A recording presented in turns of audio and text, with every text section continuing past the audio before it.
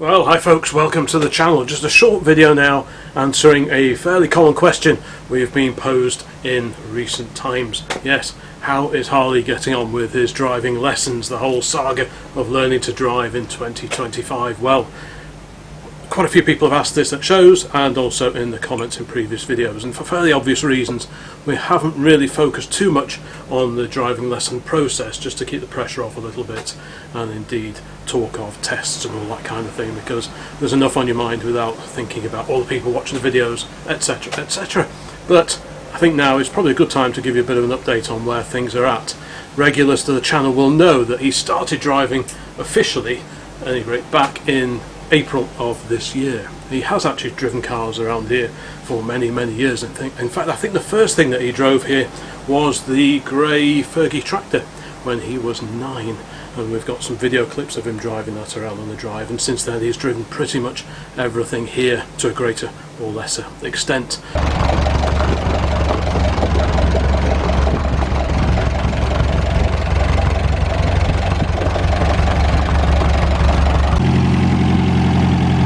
Okay, you're in gear. That's it. Ooh, first wheel spin.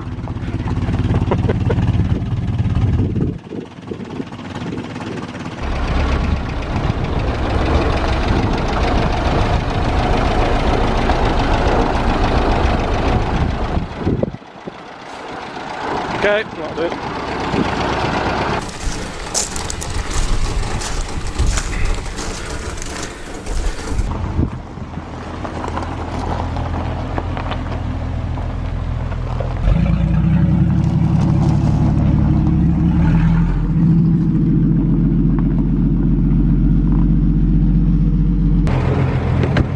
What could go wrong?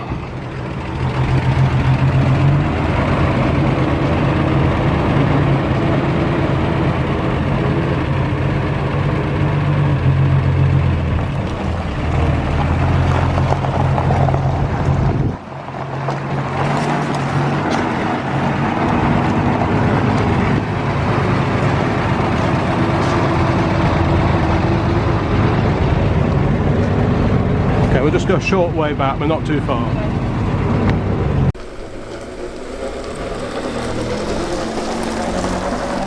And yeah, April was when it all started getting official, and that is when we got the VW Fox on the road, insured in his name, and we began the driving lesson process. And ever since then we have covered an awful lot of miles doing lessons, evenings, going to school and back, that kind of thing. And we must have racked up, I don't know, a couple of thousand miles, perhaps, something like that. And if you go back, think back just a few months, for the first few weeks of his driving lesson experiences, he also had use of his granddad's MGB GT, so that was a bit of variety for him. Stepping out of the Fox, which is a 2010 VW Fox 1.2 litre 3-cylinder car, to the 4-cylinder 1.8 MGB GT, very different cars to drive.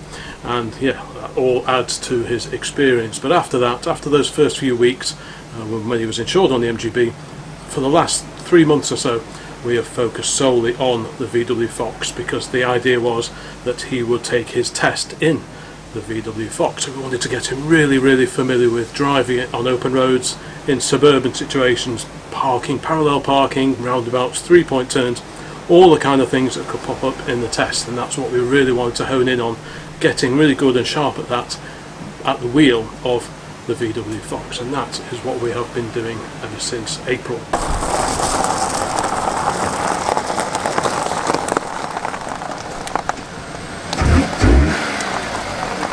So here is the mighty VW Fox that Harley has been doing most of his lessons in. Well, I say most because he has had four official lessons with a proper professional driving instructor. 3 lessons and then a mock test with this gentleman, and that went pretty well. So what car were you driving for your proper lessons, your non-dad lessons? Well, yeah, we did about 2,300 miles, 2,400 miles on this, just running errands, but we used the Learning a Mini guy who decided that a good car for a learner driver to learn on is a twin turbo John Cooper Works Cooper S Mini, which is quite, I don't know what power it is, it must be sort of going up to 300 or so, I don't know, but it was more interesting than other instructors' cars that were available. 21 plate Cooper S Mini. Yes. So that went pretty well then. So Yeah, it's very fast. So you had 4 lessons in total with him. 3 lessons, and then I did a mock test. Yeah, just to see where you were up to, and he seemed pretty happy with that, didn't he? Yeah. So yes, and this is about 4 months in now to the journey for learning to drive. Lessons with me and a handful of lessons in the John Cooper Works Mini Cooper, and we actually booked the test quite a long time ago now. If you've tried booking a driving test here in the UK lately, you'll know that the delays, the lead time is months and months. When I started looking around the local area, we were looking like 6 months ahead just to book a driving test, which was pretty bonkers. In the end, we booked it down in Ludlow in Shropshire. There was a slightly smaller waiting time for doing the test around there, and I also thought that it's a little bit quieter down there, and the roads are probably a bit less busy than they are maybe Stoke Way or Crewe or Northwich, that kind of way. So Ludlow, even though it's a little bit of a trek, it's actually probably quite a good place to have a go at taking the test. And we did in fact go driving around Ludlow just to sort of re-familiarise ourselves with the roads around there. Lots of narrow twisty roads, lots of hill starts, a few roundabouts, but none of the really, really big roundabouts. So yeah, we thought there's actually probably quite a good choice. Even though it meant a day out in sunny Shropshire, we thought that was probably not a bad place to have a go at taking the test. So we booked that probably 3 months ago, and he went and took his test just a handful of days ago. And I'm pleased to say he passed his test on the first go, and well, we were over the moon about this. This was fantastic news. The test was in Ludlow, like I say. We had a chat to the examiner at the end of the test itself, and basically you can be scored in 2 ways. You can have serious faults, and if you get 1 serious fault, you're out, and you're going to have to book again and get a bit more practice in. And then there are minor faults, and you can have, I think, 14 minor faults and still pass your test, incredibly. So this could be like clipping a curb or something very, very minor indeed. And I'm pleased to say that he passed his test. Obviously no serious faults because he wouldn't have passed. But in terms of minors, and everyone gets a few minors, he got 1 minor fault, and that was for realigning in a parking space. He pulled into a parking space in a car park and thought, oh, I'm not quite straight, so he reversed back a bit and straightened it up, and that was classed as a minor fault, which, yeah, I guess they have to sort of be very strict with these things, but no actual faults driving out on the road itself, just a realignment in a parking bay. So I think we can live with that one. So well done to Harley for passing his test on the very first attempt in his own car, and well, I'm sure he is very, very happy about that indeed. So why don't we ask him what it was like doing the test down in Ludlow just a few days ago. Feels like a BBC interview. Yes. So sir, it was just driving.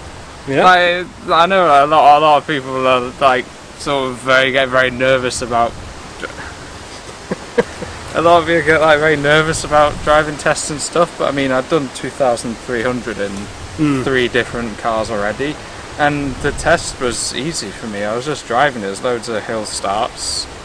Just yeah, I mean, what was different about Ludlow compared to say driving around here? Was there anything that sort of stood out as being different? Perhaps? It's very, very hilly. Ludlow is just hills. I'm stopped in the microphone. Ludlow is extremely hilly.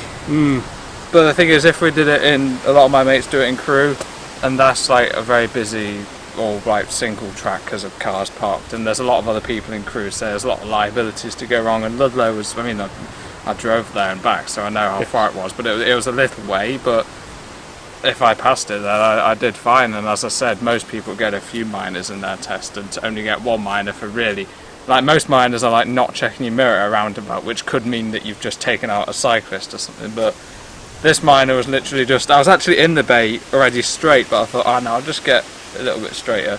So and I did it like safely. If I didn't do it safely, that might be a serious or a couple minors, but it was like the smallest minor ever. So do you think if you'd actually pulled in and thought, I'm slightly out, but I'm not going to move it, do you think he would have actually not? Oh yeah, I was already in. That's the thing. I was between the lines. I just thought, I'll just get it a bit straighter. I didn't know that. If you'd actually left it as it was, maybe I would have had 0 minors. Yes. It's just because I'm a perfectionist when it comes to parking. Because I thought maybe a bit close to it. I think you'd probably want me to have it straight. Because I didn't know a minor would be readjusting. I thought I'd just be normal. No. At the end of the day, I passed, which is good. I'm just looking forward to this drive, and I found I can fit my bikes in the back of the car. Yeah, you can get your bikes in, can't you? Today you had your first solo drive. That was a bit weird, wasn't town. it? Yeah, in the trusty VW Fox. Yeah, I mean, a lot of people my age is like, oh, it's so weird driving on my own, but for me, it's just I'm just driving. Like, there's I think I've come to it quite naturally, obviously, because I've been around here, car family, and around cars since day one. But it's quite natural. I just drive. So what are your plans now? You've got your driving license. I can go to a lot more different events. Say if you're going to the NEC, I might be sort of unofficially grounded here before because I either need a lift or need someone to accompany me. So now I can just go out somewhere to a different event because maybe I prefer a different type of event or something, and then I can just go out whenever I want. It's just the convenience thing as well. And I enjoy driving. It's a fun little car to drive. Very simple. Putting petrol in yourself. Yeah, I mean it doesn't get much cheaper than. No, it's a pretty economical thing. Well, actually, to be fair, well, about 45 mpg. 45 to 50. The Mini did more. The Mini was on like 55 average. Was it? Let's go for my first drive.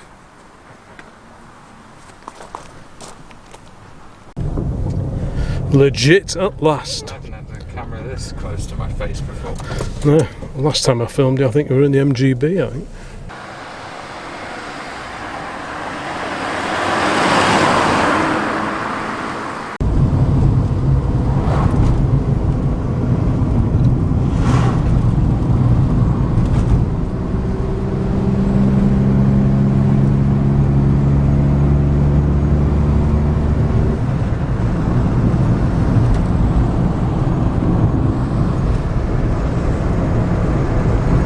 Being poked everywhere.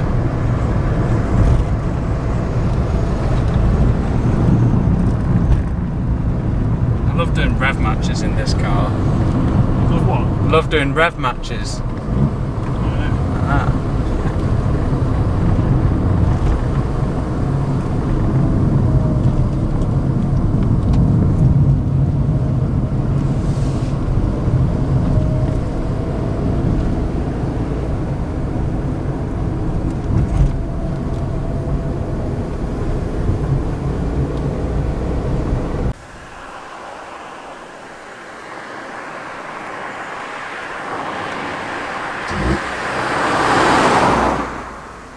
Now it's my turn to do all the running about and flybys.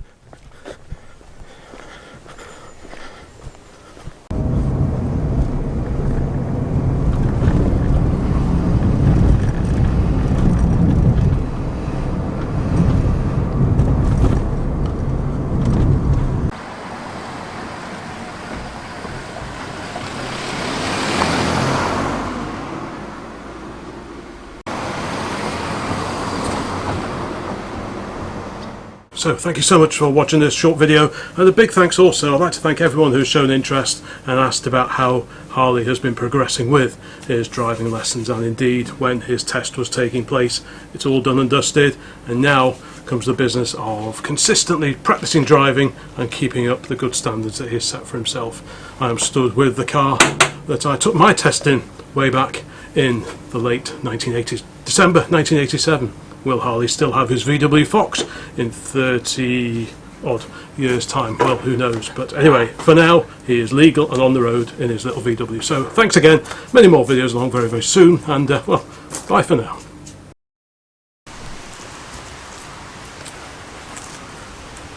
So that's how we got through the lessons part of learning to drive, and we actually booked the driving test quite a long time ago now.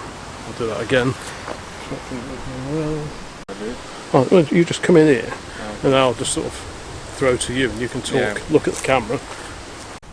Now, in the... Wait, hold on now, let me think. No. Start that again, let me think.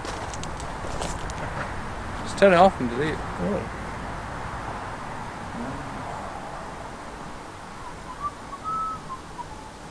I just turn it off and I need to think what I need to do. I can't remember how to do it.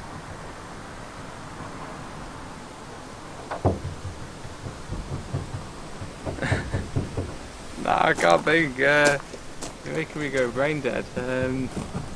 I need something interesting to say. The ceremonial removal of the L plate. Yeah, well, it would usually be a ceremonial removal of the L plate, so we can pretend it is. There you go. Very ceremonial.